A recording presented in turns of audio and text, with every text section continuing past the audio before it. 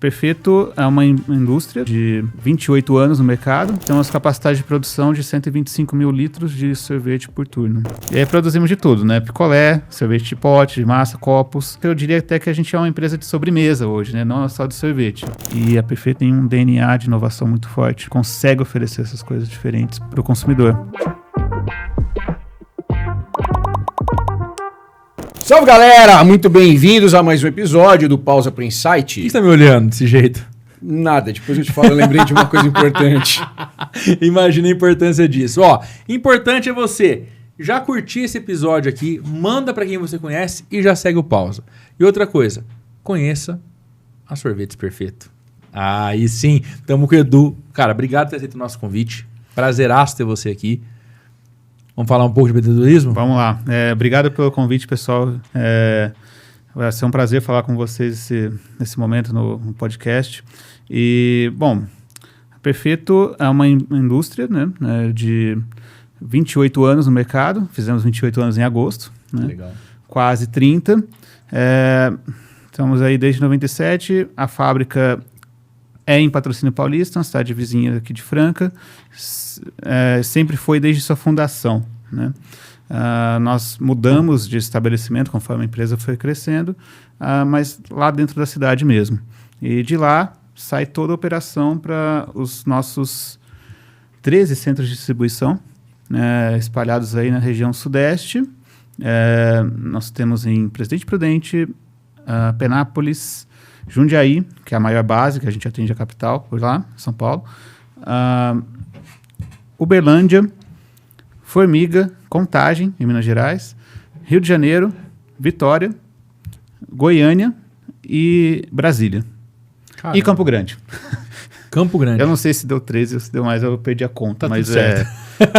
Então, quem tiver assistindo também não vai ter contado os 13, fique em paz. sai tudo aqui da fábrica de patrocínio direto lá para esses CDs, e de lá dos CDs a gente atende a clientela num raio aí de 250 quilômetros de cada CD.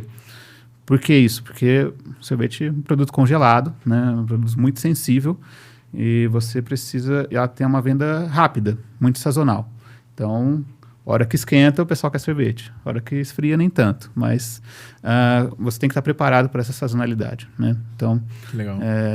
Essa é basicamente a estrutura da Perfeito. E o que nos coloca entre uma das maiores indústrias de sorvete do país. Não vou saber um ranking exato, né, porque tem muita imprecisão em alguns dados de mercado, mas estamos aí entre o terceiro e o quarto maior fabricante. Que né? legal. Quando a gente fala de volume, o que a gente está falando hoje de volume de produção? Nós temos capacidade de produção de 125 mil litros de sorvete por turno. Por turno? Trabalhamos 2 turnos... Picolé, de sorvete. Né? Não, juntando tudo. Junta Picolé, tudo, né? sorvete. Aí não tem como saber. E aí produzimos de tudo, né? Picolé, sorvete de pote, de massa, copos, bombom, barrinhas, recentemente também framboesas com chocolate, né? Chocolate que a gente faz na fábrica. Legal. Parte de forno, petit gâteau, brownie, açaí, né? Temos uma linha completa de açaí. Então, é uma linha bem diversificada, que eu diria até que a gente é uma empresa de sobremesa hoje, né? Não só de sorvete. Por isso que o nome da empresa é Perfeito Alimentos, né? Porque já saímos um pouco do sorvete, vamos sempre vender sorvete, conto com isso, que eu sou fissurado em sorvete, mas também abrimos o leque para outras sobremesas aí. Legal. Edu, a Perfeito foi fundada pelo seu pai? Sim, meus pais fundaram a Perfeito em 97. Quem começou tocando o negócio sozinho foi minha mãe. Sua mãe. Porque o meu pai, o Roque, ele era um executivo em uma multinacional, a antiga Parmalat, né? E em São Paulo.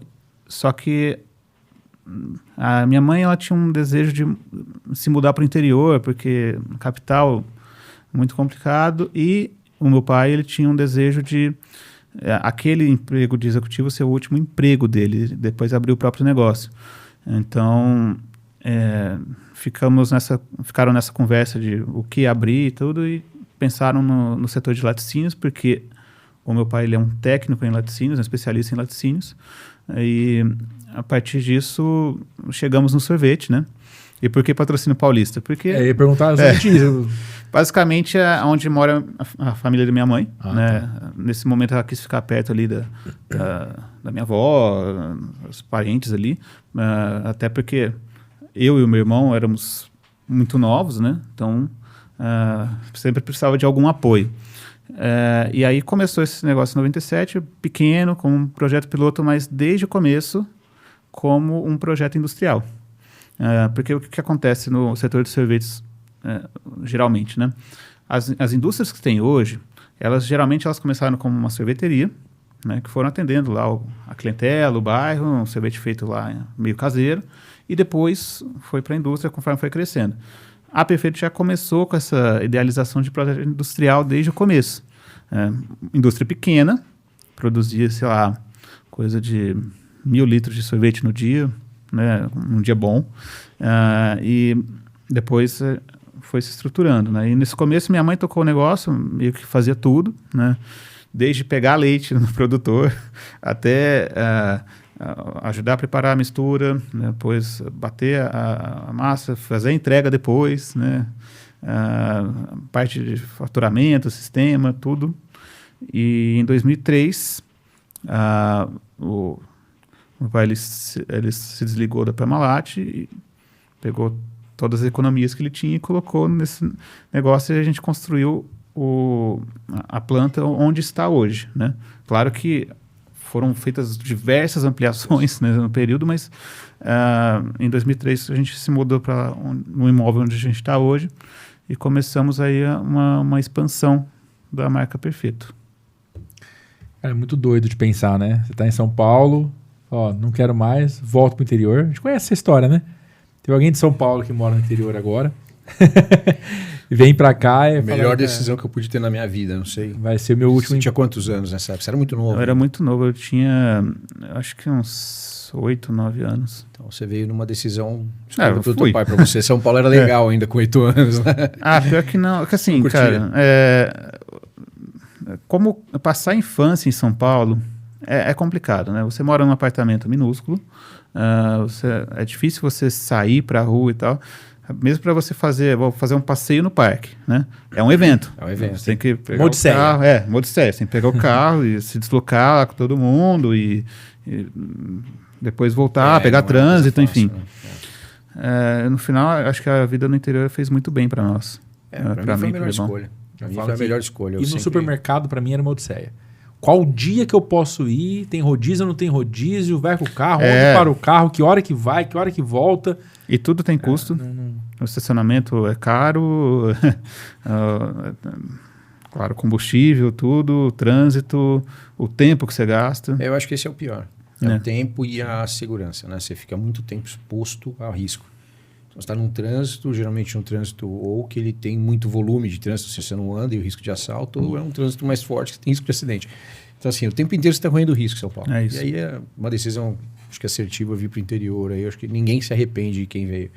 E é natural que tenha. Tem gente do interior que vai para São Paulo, gente de São Paulo que vem para o interior. Essa troca também é importante acontecer. Mas eu não tenho dúvida que ter uma fábrica no interior de São Paulo, uma indústria, apesar da questão logística, para você poder escoar, tem que ter os CDs, mas é muito mais negócio hoje do que você ter um negócio, sei lá, se tivesse uma indústria hoje em Guarulhos. Trânsito, poluição, mão de obra. Fora o metro quadrado da indústria, tem todo altíssimo. O custo muito altíssimo. E vem cá, véio, você nasceu então em São Paulo, mas você veio com 8 anos para cá. Não, na verdade... Você nasceu aqui. A história é um pouco mais longa. Eu nasci em Franca, né? Mas logo na infância, assim, recém-nascido, a gente já foi morar em Porto Alegre. Porto Alegre, cara. Por conta de um outro emprego que o meu pai tinha na época. Ele não era da Parmalat ainda, ele trabalhava em outra multinacional chamada La Cesa, que era uma multinacional de laticínios, né? Que é a marca Ioplé. E aí depois, isso em Porto Alegre, ficamos uns 4 anos lá, depois nos mudamos para Fortaleza. E moramos 3 anos lá, também era super novo, eu tenho pouca lembrança. E lá ele trabalhava no Laticínios Betânia, que hoje é o maior laticínios do Nordeste, né? E Depois que ele foi para Parmalat. Depois São Paulo, então. Depois São Paulo. Fez Porto Alegre, Fortaleza, São Paulo. É isso aí. Do frio ao calor ao meio termo. Depois Isso, Patrocínio Paulista. E até aí você só tinha 8 anos de idade. Dá até medo de perguntar daí pra frente o que aconteceu, né? Mudança era uma coisa meio acostumada a fazer, né? Sim. Mas também faz parte do empreendedorismo, né? Teu pai provavelmente buscando aí as melhores oportunidades fez isso. Eu fiz isso durante um período, né? Eu tive 7 casas em 8 anos. Quando eu saí de São Paulo, né? A casa que eu moro é a 18ª casa que eu moro. Pois é. Bastante. A gente vai mudando bastante. Casa, mas faz parte do processo. Quase um a cada 2 anos. Faz parte do processo. Mas e aí vocês vieram para Patrocínio? Para Patrocínio. E aí você hoje está na Perfeito? Você hoje tem quem toca a empresa? Como que é hoje? Hoje eu sou responsável pelo marketing da empresa, sou diretor de marketing. Mas voltando um pouco, né? Eu passei aqui a adolescência em Patrocínio e tal, fiz o ensino médio, na verdade, em Franca, né? Depois fui fazer faculdade em São Paulo. Eu fiz Direito na PUC São Paulo, né? E foi em 2009 que eu entrei, fiquei até 2013 e depois fiquei trabalhando lá um pouco. Só que em 2014 eu voltei para Perfeito, já para trabalhar, porque era algo que eu já tinha vontade, né? Era aí que eu queria chegar. Entende assim, em que momento da sua vida, porque você já falou, foi fazer direito, ou seja, você não foi fazer direito pensando em Perfeito, ou foi? Não. Você foi pensando em seguir outra carreira. Eu queria chegar nisso. Qual foi o momento que de repente você precisou vir pro negócio? Mas vamos lá, vai pro direito. Um pouco perdido, assim, né? Normal. Nessa idade, 17, 18 anos, você não... É muito cedo para isso. Você não sabe muito o que fazer. E eu tinha uma predileção pela área de humanos, né? E aí, conversando com a família e tal, falaram, se for dentro da área de humanos, vai para o direito, que tem bastante campo, né? Você pode ir para várias áreas. Ok, né? E depois passei no vestibular, tudo. E o meu irmão, ele já... eu tenho um irmão mais velho, né? Ele já era advogado. Tem também um pouco dessa... influência. E ele segue a carreira dele, tá muito bem trabalhando fora da Perfeito, mas eu tinha essa vontade de voltar, sabe? Então, certo dia, lá trabalhando em São Paulo, eu trabalhava na Ernst Young, chama EY hoje, né, a abreviação, mas eu trabalhava lá e tal, até estava bem, assim, tava uma promoção encaminhada, mas aí eu tirei férias, né? Sei lá, acho que era julho, agosto, começo de agosto, talvez. E tirar férias sem grana, né? Fiquei lá na casa dos meus pais, em Franca, né? Que eles já tinham mudado para Franca. E fiquei lá e fui trabalhar meio de graça com meu pai, né? Fiquei lá indo um pouco, né, todo dia. Aí acabou minhas férias, eu preparando para voltar, ele falou, você não quer ficar aqui, não? Eu te pago lá o que eles te pagam, né? E tá tudo certo. Eu pensei, porque eu tinha essa ideia de voltar, mas pensei, precisava ganhar um pouco mais de experiência, né? Só que eu pensei, se é o que eu quero fazer desde o começo, por que não voltar logo? Eu ganho essa experiência no caminho, sabe? E foi isso, e acabou dando muito certo. Eu entrei na área de PCP, que é Planejamento e Controle de Produção, que não tem nada a ver com direito, mas também não é algo que você precisa de uma formação específica. Se você tem lá uma engenharia de produção, é legal, né, mas não tem, mas... se tiver o mínimo de senso de organização, você consegue tocar. E raciocínio lógico, né, que é basicamente assim, você vai analisar uma demanda, uma base histórica, para planejar a demanda seguinte. Né, e aí também fica bem alinhado com compras e tudo. Por que esse setor? Porque, segundo ele, esse setor é o coração da empresa. Você consegue ver toda a operação. Porque se você produz a mais, se envolve caixa, se envolve financeiro. Não é algo que a gente deseja. Se você produz a menos, você está agredindo vendas, porque começa a causar ruptura, problemas de abastecimento. Também. Então, assim, eu falo que é uma área um pouco ingrata, né? Porque quando está dando. Se a compra estiver errada, você tem um produto que ele você tem que comprar a quantidade certa. Perecível ainda, né? Planejar e tudo tem que conversar. Sim. É uma engrenagem. Sim.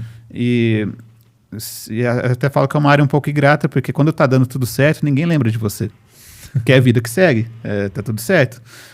Lembram de você quando começa a faltar produto ou quando comprou demais. Perde produto, falta produto, os caras vão olhar e falar, pá.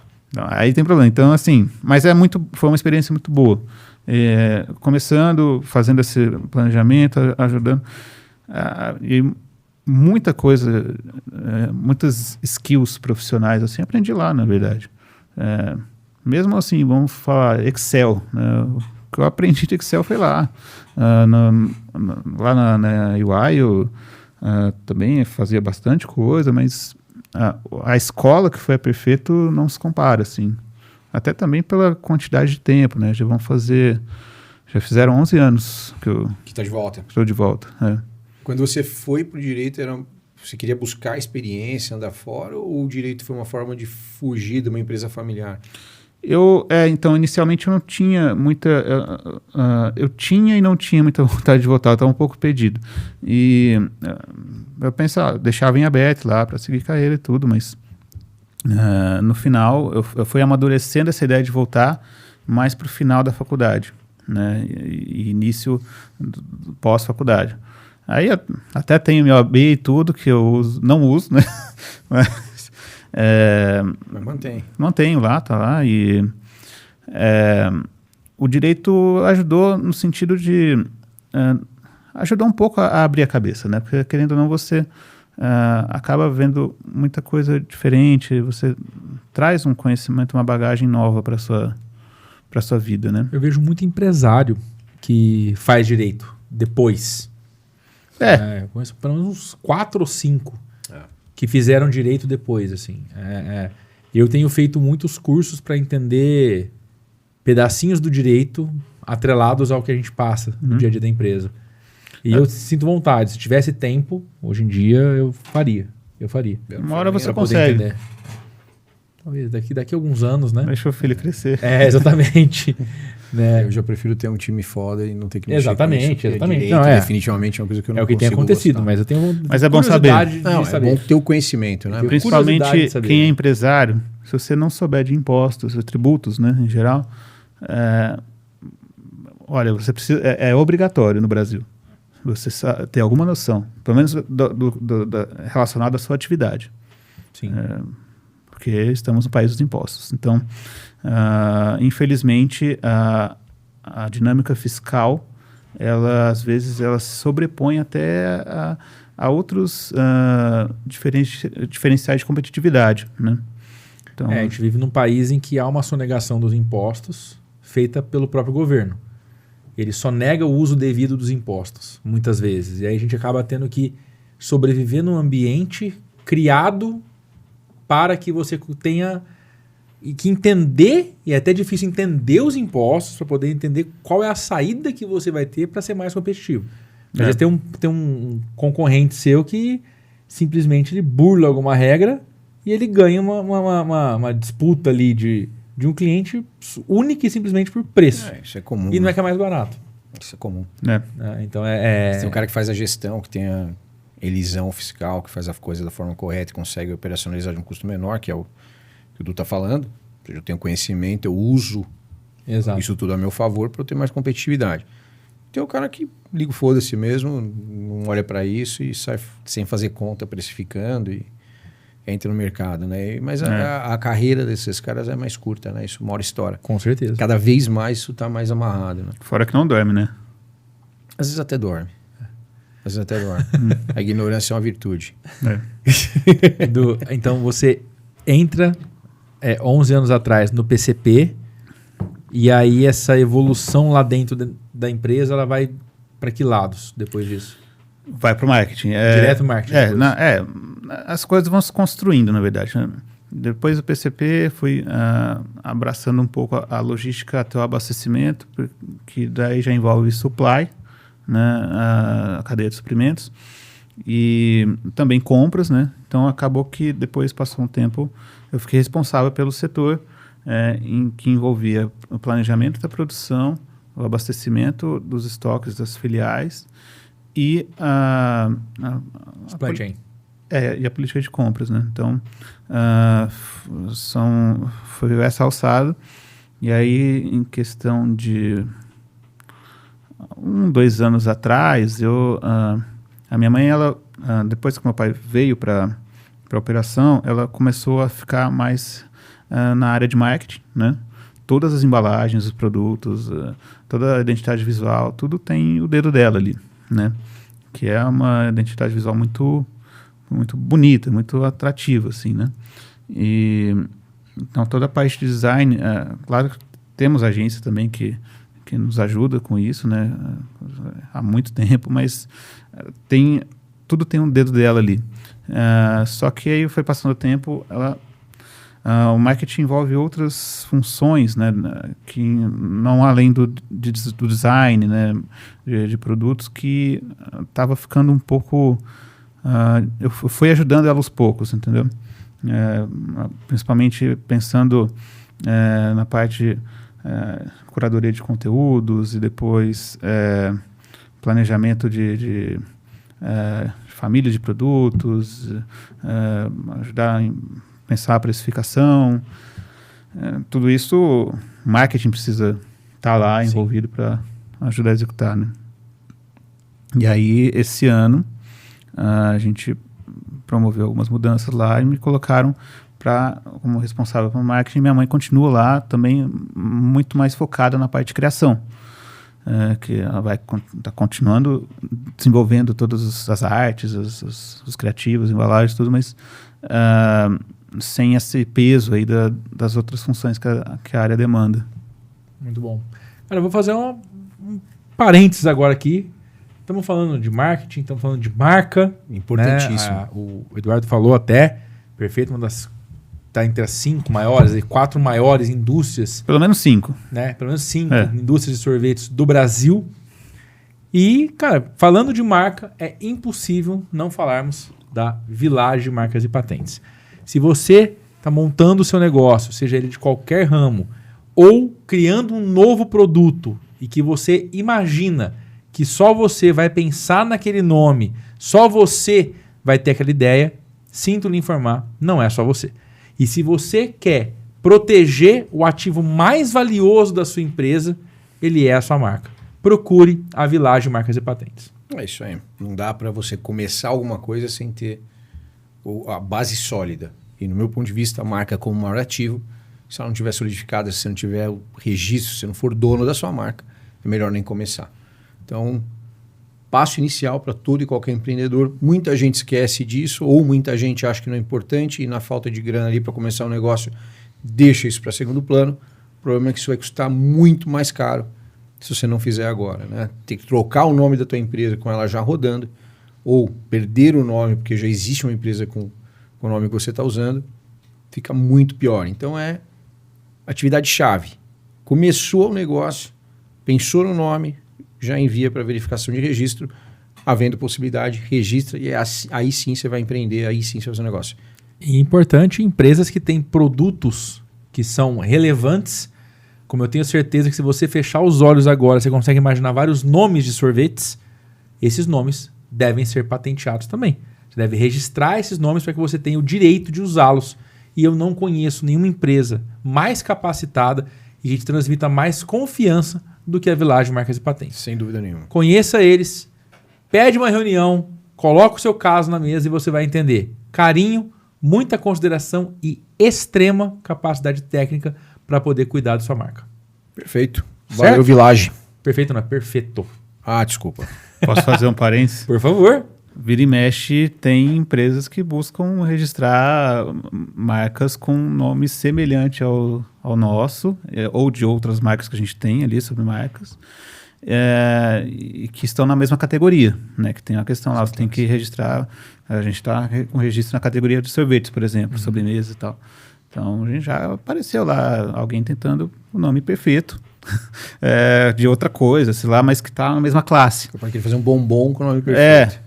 E aí é bom você estar munido aí de um pessoal que esteja lá atuando para fazer uma oposição, né, à marca no NPI, que é o órgão que cuida dessa área, para se defender mesmo, né? Porque às vezes numa dessa você perde. Queira ou não, por mais saboroso que seja o sorvete, se você mudar de nome ali amanhã, você vai deixar de ter construído exatamente. todo um racional que a pessoa automaticamente já sabe o que é quando ela vai consumir o produto. Essa é a função das marcas. Sem dúvida. E a mudança de marca também tem a questão do subconsciente, né? Você pode trocar, mesmo produto, só trocar o rótulo, o cliente já pode achar que mudou alguma coisa. Ele vai sentir que mudou. Nossa, mas sabor tá diferente. Mudou nada.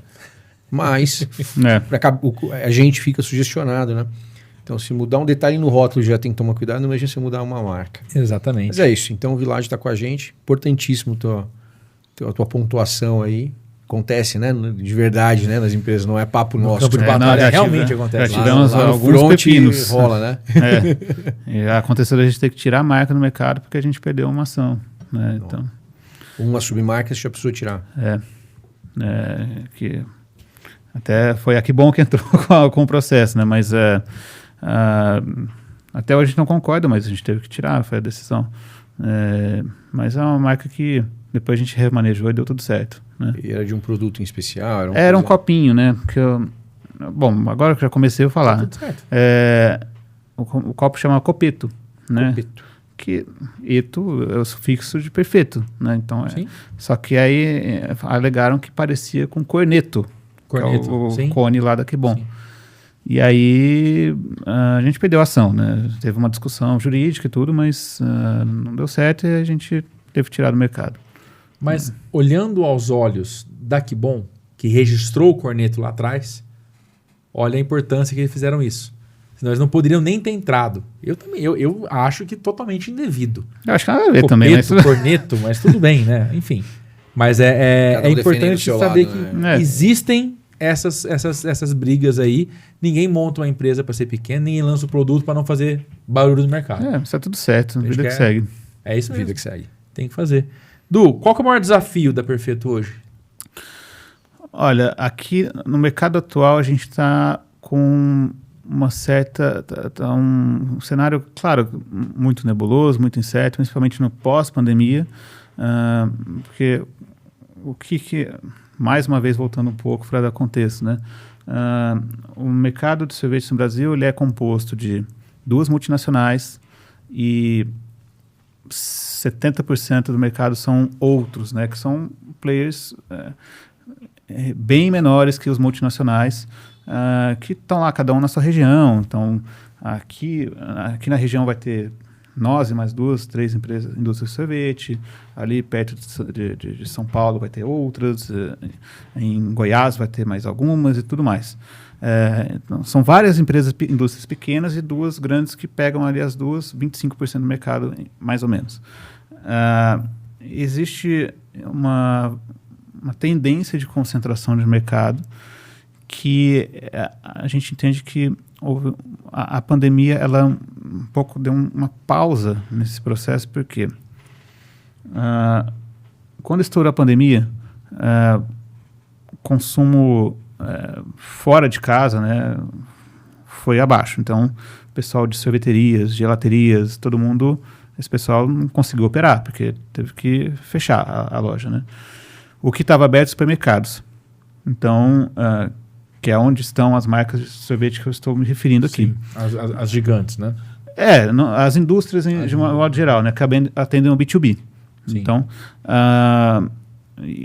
então, nisso, houve essa concentração de mercado, até houve um aumento de volume da Perfeito durante esse período, né, porque, pensa, criança sem aula na escola, né, não tem para onde ir a não ser o supermercado.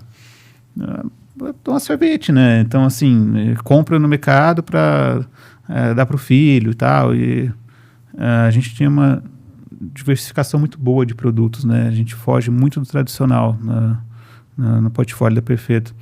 E isso ajudou a crescer, mas aí depois que começou a terminar a pandemia, né, a reabertura, aí o consumo foi para fora de casa. Ocorreu uma expansão muito forte das gelaterias, por exemplo, né? Porque existia uma euforia de, olha, eu estou saindo de casa, vou comer fora e tal, que é um mercado que a gente ainda não está diretamente, né? E aí agora existe uma certa ressaca, porque a gente tem uma inflação acumulada, que, querendo ou não, está tá pegando, a gente tem uma taxa de juros super alta, o custo de capital está caro, então a gente entende que essa concentração de mercado vai acelerar. Então, assim, se hoje tem milhares de fabricantes, talvez em questão de anos já não tenhamos milhares de fabricantes, teremos centenas. E até chegar a um ponto que, na verdade, vai ter 5 grandes e o restante só de nicho mesmo, quando é uma região muito afastada, uma coisa, ou um produto que é de nicho, sim, né? O cara, sei lá, o cara faz um produto orgânico, sabe? Exemplo, né? Que atende um nicho específico, uma clientela específica. Então, o desafio é estar entre esses 5, né?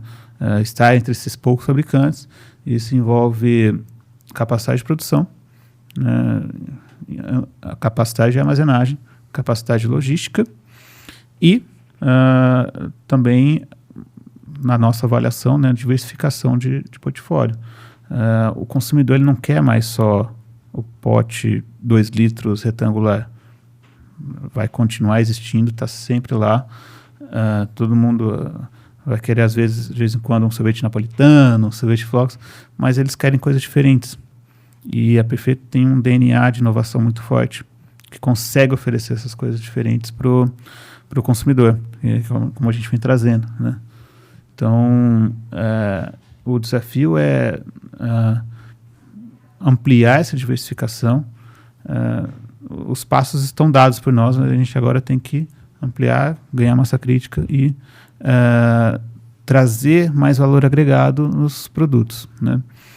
Porque vai de encontro com o que o consumidor quer e nem sempre a gente consegue entender exatamente o que ele quer, por exemplo. E a gente está num contexto que, assim, quando uma coisa pega, ela pega muito rápido, muito forte. Observem aí a onda que foi o morango do amor, né? De repente, em julho só se falava em morango do amor. E se você fizer hoje um sorvete de morango do amor, já não vai vender tanto. Não. Porque ninguém sabe o que bateu o pico e já caiu. Aí tem aquele pico, daí ficou com aquele nicho de pessoas que vão sempre comer morango do amor. Mas estourou, né? Acabou, passou. E a gente teve outros ciclos assim no passado de tipo paletas mexicanas, sabe? Nossa, quando deu a onda das paletas foi uma coisa assim. Todo mundo... Deve ter sacudido o mercado de vocês, né? Cara, sabe o que é o pior? É que assim, pessoal nosso, todo mundo pedindo, não, vocês têm que trazer paleta, tem que trazer paleta. Cara, às vezes não tem. Não, a gente conseguiu trazer uma versão mini paleta lá, que vendeu legal e tal, mas acabou, sabe? Mas assim, não é toda onda que a gente tem que entrar, né? Acho que exato, tem que entender, falar, vai passar a paleta, interessa, por exemplo, morango do amor.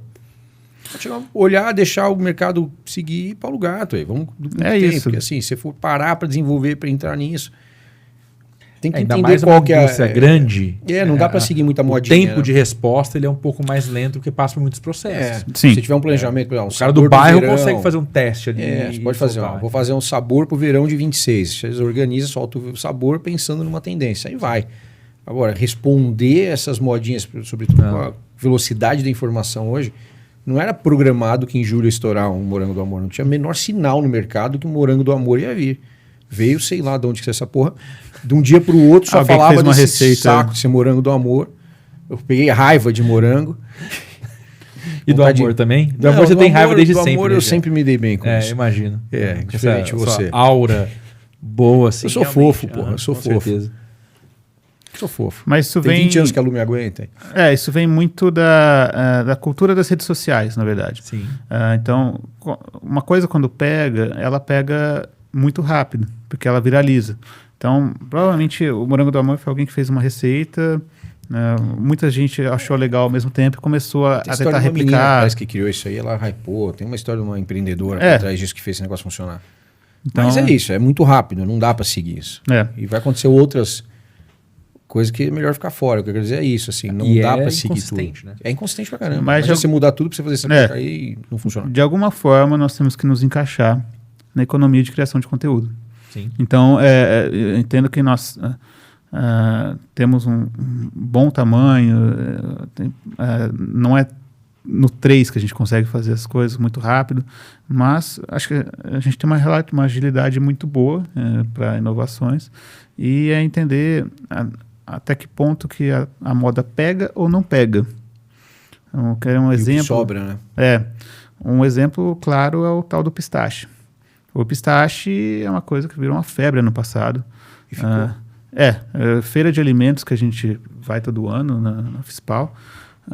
Parecia a feira do Hulk, assim, é tudo verde, né? É uma coisa que... Pra mim foi ruim, porque eu sempre gostei de pistache. E de repente tudo de pistache ficou muito mais caro. Eu falei, que sacanagem com a minha cara. Já não era barato, né? Já não era barato, mas ficou ainda mais inflado porque realmente todo mundo inflacionou. Gosto de uva passa, ameixa. Uva passa? Não. Ameixa. Não, também não. A pistache tem um jeitinho de quem gosta disso. Pistache é fora do padrão. E aí a gente avaliou bem de perto esse movimento pistache e agora, esse ano que a gente está lançando, a gente começou com alguns produtos de pistache ano passado e esse ano vamos lançar alguns produtos à base de pistache. Mas por quê? Porque primeiro a gente desenvolveu um canal para produzir a pasta de pistache internamente na fábrica. Porque o que é uma sorveteria comum, assim, você vai comer um sorvete de pistache, ele tem gosto de menta. Por quê? Porque o pistache é um ingrediente importado. Então não é barato, né? E às vezes a pessoa usa só um saborizante. E o saborizante, ele não vai dar o gosto real do pistache. Então a gente pensou, se não é para fazer bem feito, a gente não faz. E aí nós no ano passado fomos numa feira em Paris de alimentos, né? Para pesquisar possíveis fornecedores para importar esse pistache e fazer a pasta aqui. E com a pasta é a matéria-prima base para fazer um sorvete de pistache ou uma cobertura de pistache. Porque nós fazemos chocolate lá também. O chocolate, as coberturas, os sorvetes, estão todos feitos lá. Vocês produzem lá? Produzimos lá. Então, até tem um ponto nisso, mas já chego lá. A gente precisava trazer esse processo, produzir a pasta aqui, para depois colocar no mercado produtos à base de pistache. E também saber qual pistache importar. Porque a gente foi ver fornecedores e tal, e tem de tudo. Hoje, o maior fabricante de pistache do mundo é os Estados Unidos, né? Produzido lá na Califórnia. Só que o perfil de pistache americano é diferente do perfil do Oriente Médio. Né? Que até para sobremesa, assim, sorvete, gelato, eu acredito que tem um sabor melhor. Ele é mais suave. E a gente foi descobrir isso aí nessa feira, e também trazendo amostras e tudo, até a gente chegou na nossa pasta, e hoje essa pasta serve como base para produtos à base de pistache, tanto em sorvete, quanto em recheios, trufas, coberturas. Então, por exemplo, tem um produto nosso que foi um sucesso ano passado, que é o Origem. O Origem é uma framboesa coberta com chocolate branco, chocolate ao leite, né? Tipo o famoso Franui. A gente fez a nossa versão, que estourou, está vendendo muito bem. E agora a gente está lançando agora, nessa temporada, uma versão de Origem com chocolate à base de pistache. Então é framboesa com chocolate branco e pistache em volta. Ficou muito bom. É impossível não ser bom. Edu, você falou das caldas, do cobertura, etc. A gente tem uma cultura de verticalizar a operação, de trazer porque assim, o lema é sorvete de verdade, certo? No sorvete de verdade tem que pegar e fazer algumas coisas do zero. Sim. Eu não posso pegar, sei lá, uma mistura pronta de sorvete e falar que eu fiz um sorvete de verdade. Então, a gente trabalha com a formulação toda isolada, né? Adiciona ingrediente por ingrediente, desenvolvido lá. E também nós temos equipamento para produção de chocolate, que lá a gente faz as coberturas, ao leite, meio amargo, branco, né? E também trufas, né? Que é o recheio de alguns variatas. A variata é o nosso principal produto, né? É um pote transparente com calda, você já deve ter visto no mercado. E as trufas nós fazemos lá também.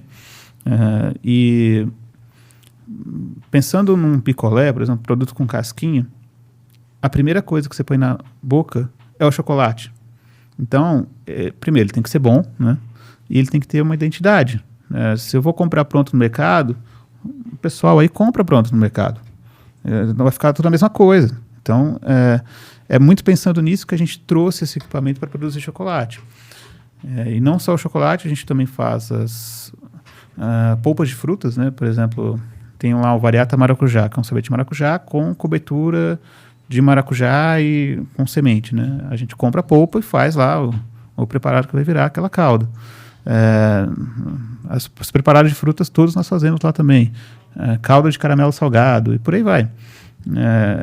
A gente gosta de trazer essa verticalização, primeiro, para você ficar um pouquinho mais difícil de copiar.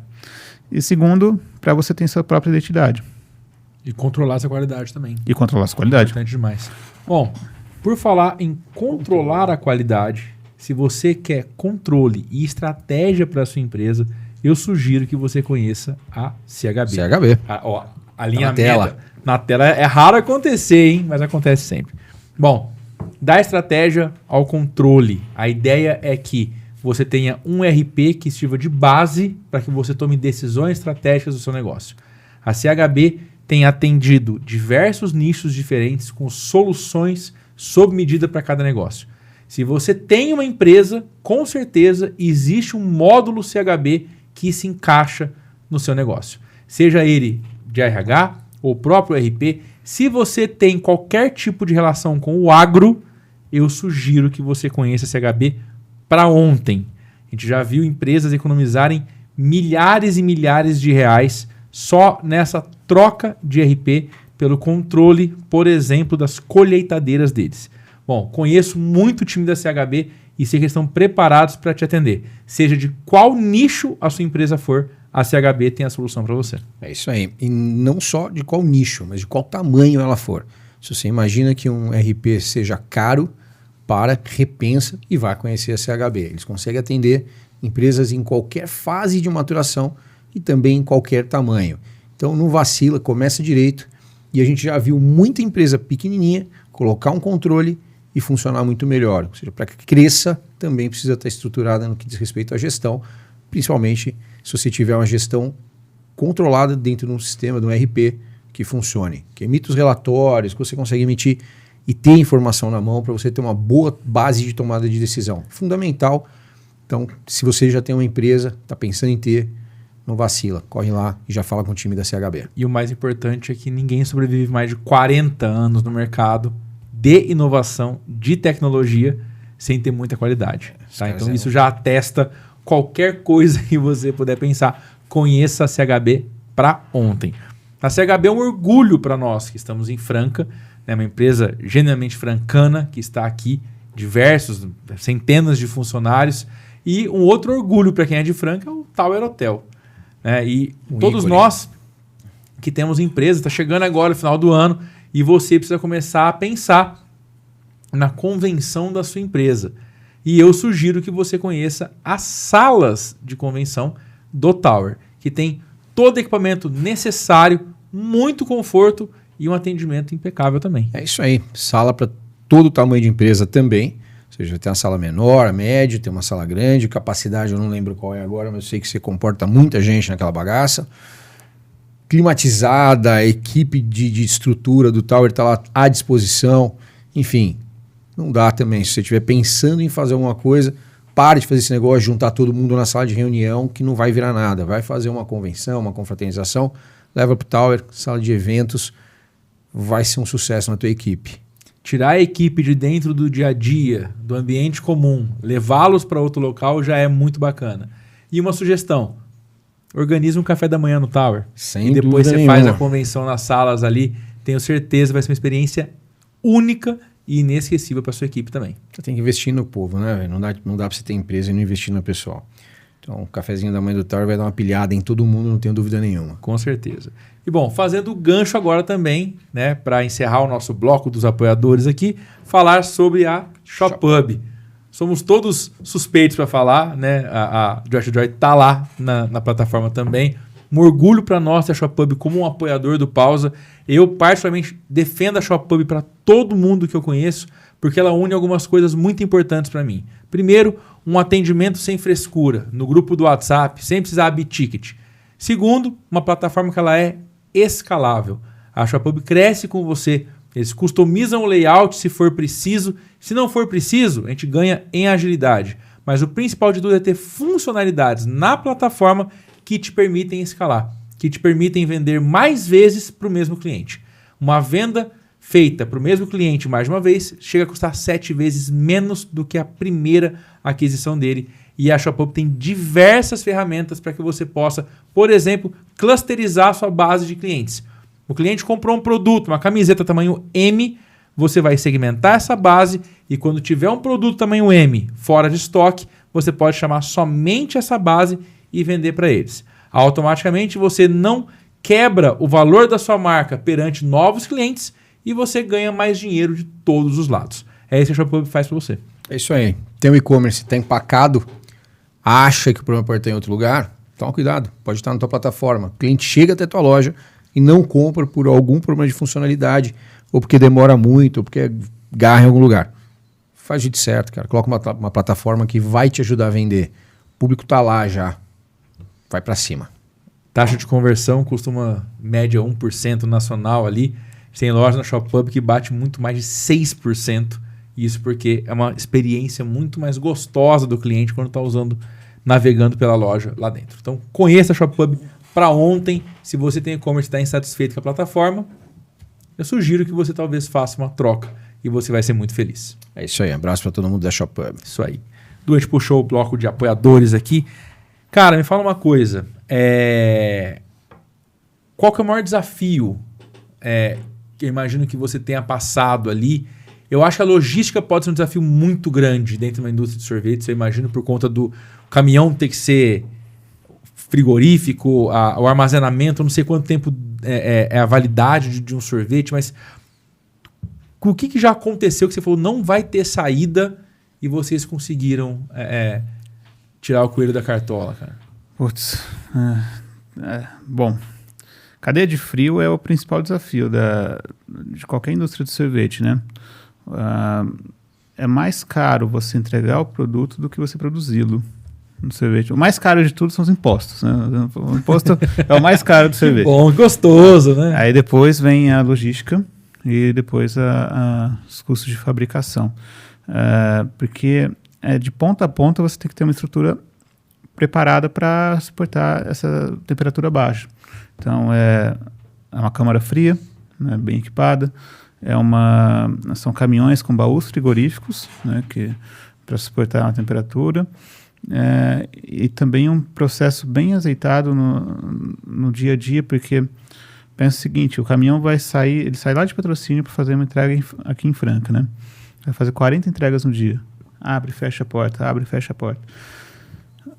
Chega no final do dia, a temperatura do baú não está como ele chegou. Tá só o caldo lá dentro, né? Já é um forno. Então, esse é um desafio muito grande. Às vezes você faz um produto com a melhor formulação possível, mas se você não tem uma cadeia de frio bem preparada, esse trabalho vai por água abaixo, porque fica aquela sensação de produto aguado para o consumidor. Então, o produto ele precisa congelar rápido, e depois se manter congelado. Tanto é que para isso a gente investe muito em tecnologia de frio, e inclusive tem um projeto que nós inclusive patenteamos que chama Fast Freezing, que é uma unidade de congelamento diferente dos baús de sorvete. O baú que entrega para o cliente, ele tem o sistema tradicional, ele tem acoplado um compressor que fica lá junto com o caminhão, que você carrega ele na tomada, o baú ele congela, tentando falar em termos mais leigos possível. Com certeza. Obrigado por isso. E aí, depois que alcança a temperatura de menos 33, você coloca lá, carrega o caminhão, deixa ligadinho lá para depois no outro dia cedo sair para a entrega, né? O problema é que esse sistema ele é pouco eficiente, porque há muita dispersão de energia no compressor. Esse compressor dá muito problema, a manutenção, ele é pesado, tem uns 300, 400 quilos, então vai consumir mais combustível do caminhão também. Sim. E o principal é que você, às vezes, como tem dispersão de energia, a temperatura do baú aumenta muito rápido ao longo do dia. Nós fazemos uma análise gráfica do baú no sistema tradicional e no baú no nosso sistema. Né? E no nosso sistema, a gente demora 4 horas para carregar e chega no final do dia, ele sai a menos 33 e volta a menos 12, menos 11, assim, a temperatura que o sorvete ainda mas é está bom. bastante diferença mesmo. E o sistema tradicional, dependendo do dia, se estiver muito quente, chega em temperatura positiva, né? 8, 10 graus. Então, pensa um produto que às vezes você foi lá entregar, por algum motivo não conseguiu, esse produto volta para a fábrica, ele está praticamente perdido. Né? Então, porque o sorvete é diferente de outros congelados, tipo, sei lá, massa congelada, carne, né? Derreteu um pouquinho, depois congelou de novo, está tudo certo. O sorvete não. O sorvete, se ele ganhou temperatura, né? Se ele derreteu um pouco e congelou de novo, o produto está perdido. Ele às vezes pode até ser parafase, né? E aí ele não está bom para consumir, ele vai estar aquele gosto de aguado ou às vezes sem gosto, né? Fica ruim. Então, esse é o principal desafio das indústrias de sorvete. Sobretudo numa região, tipo Ribeirão. Do nada bate 40 e não sei quanto. A gente tem entrega todo dia para Ribeirão. O caminhão sai cedo. Você tem que pôr o caminhão dentro de outro caminhão. Isso que eu pensei. Ribeirão. Você põe o caminhão em outro caminhão. É um desafio. Cidades muito quentes que a gente atende. Ribeirão Preto, Goiânia, São José do Rio Preto. Distribuição no Mato Grosso. Atende Cuiabá, Campo Grande, por exemplo. Não, Cuiabá não. Cuiabá não. Campo Grande a gente atende. Mas que é muito. Campo Grande não é tão quente, mas Cuiabá é um negócio assim. Cuiabá tem que ser Rio da Preto fábrica atendido. consumidor. É atendido. Como que atende Rio Preto com sorvete, gente? É bem quente. Cuiabá você tem que estar na porta da fábrica. Ele já pega e sai com ele derretido. Já sai derretido. Já põe no copo. Não tem como. E a diferença do nosso sistema é que você não tem esse compressor. É um sistema fechado que você pluga na traseira do baú do caminhão um compressor, uma unidade grande que carrega todos os caminhões ao mesmo tempo. Que você abastece lá com o gás Freon, né, que chama, que você ele vai congelar as placas que estão em volta do caminhão e deixar na temperatura adequada em 4 horas. Então, isso a gente tem uma diminuição de consumo de energia de mais de 25%, né, nesse modelo.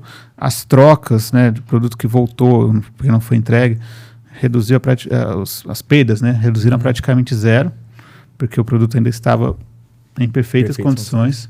Foram feitos muitos testes, muitos levantamentos e começamos um piloto em 2020 aqui em Patrocínio, com 7 caminhões de abastecimento daqui da região, que a gente atende Franca, Ribeirão Preto, uma parte de Minas ali, Passos, São Sebastião do Paraíso e tudo.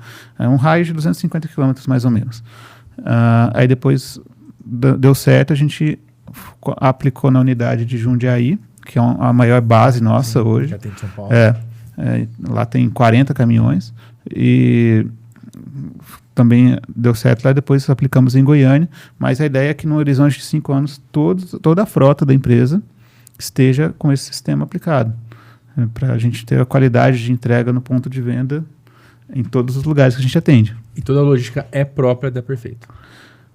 A logística é boa parte terceirizada, né, mas os baús são da Perfeito. Baús são da Perfeito. Porque é um ativo que a gente já trabalhou nele e tudo mais. Aí coloca em comodato o transportador para ele fazer as entregas, né?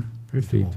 Lu, a gente tem por padrão no Pausa, né, os episódios girarem em torno de 1 hora, porque é o tempo que o empreendedor consegue, né, ouvir uma outra história e tirar proveito disso. Obrigado por ter aceito o nosso convite, cara. Prazer enorme ter você aqui, ainda mais sabendo, né, o Bento pequenininho ali. Eu passei pouco tempo atrás por isso e sei bem a pancadaria que é dentro de casa, fora ter tempo de fazer as outras coisas, mas acho muito legal, engrandece muito o nosso projeto ter você com a gente e o teu relato para quem está assistindo, né? Que tem ali, que vem de uma empresa familiar, vai embora e está voltando agora e vê o relato de alguém que faz isso com muita paixão e muito conhecimento técnico em todos os sentidos.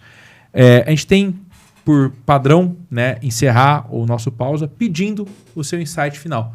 Então, acredito que o momento certo para pedir isso é o momento que você vai embora, o dia que você está com as coisas mala pronta para voltar para São Paulo, teu pai chega e fala, por que você não fica?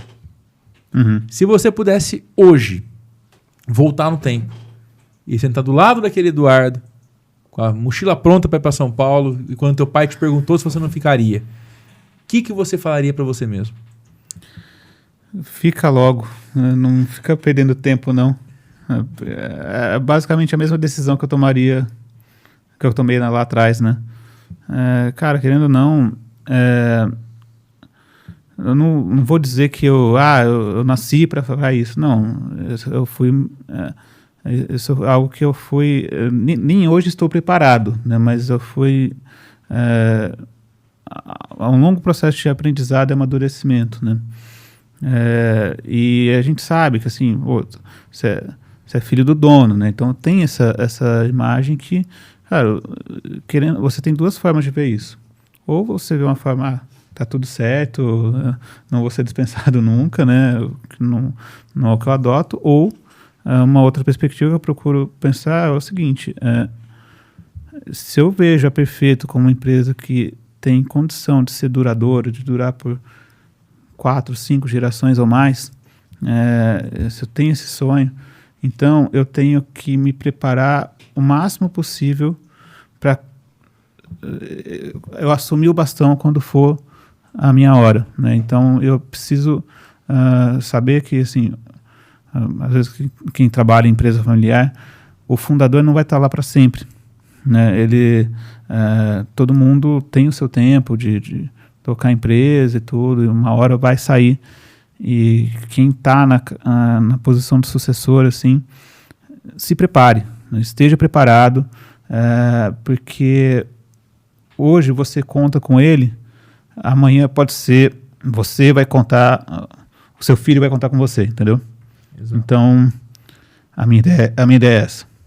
Show. Cara, obrigado por aceitar o nosso convite. Prazerão ter você aqui. E assim a gente encerra mais um episódio do Pausa pro Insight. Valeu!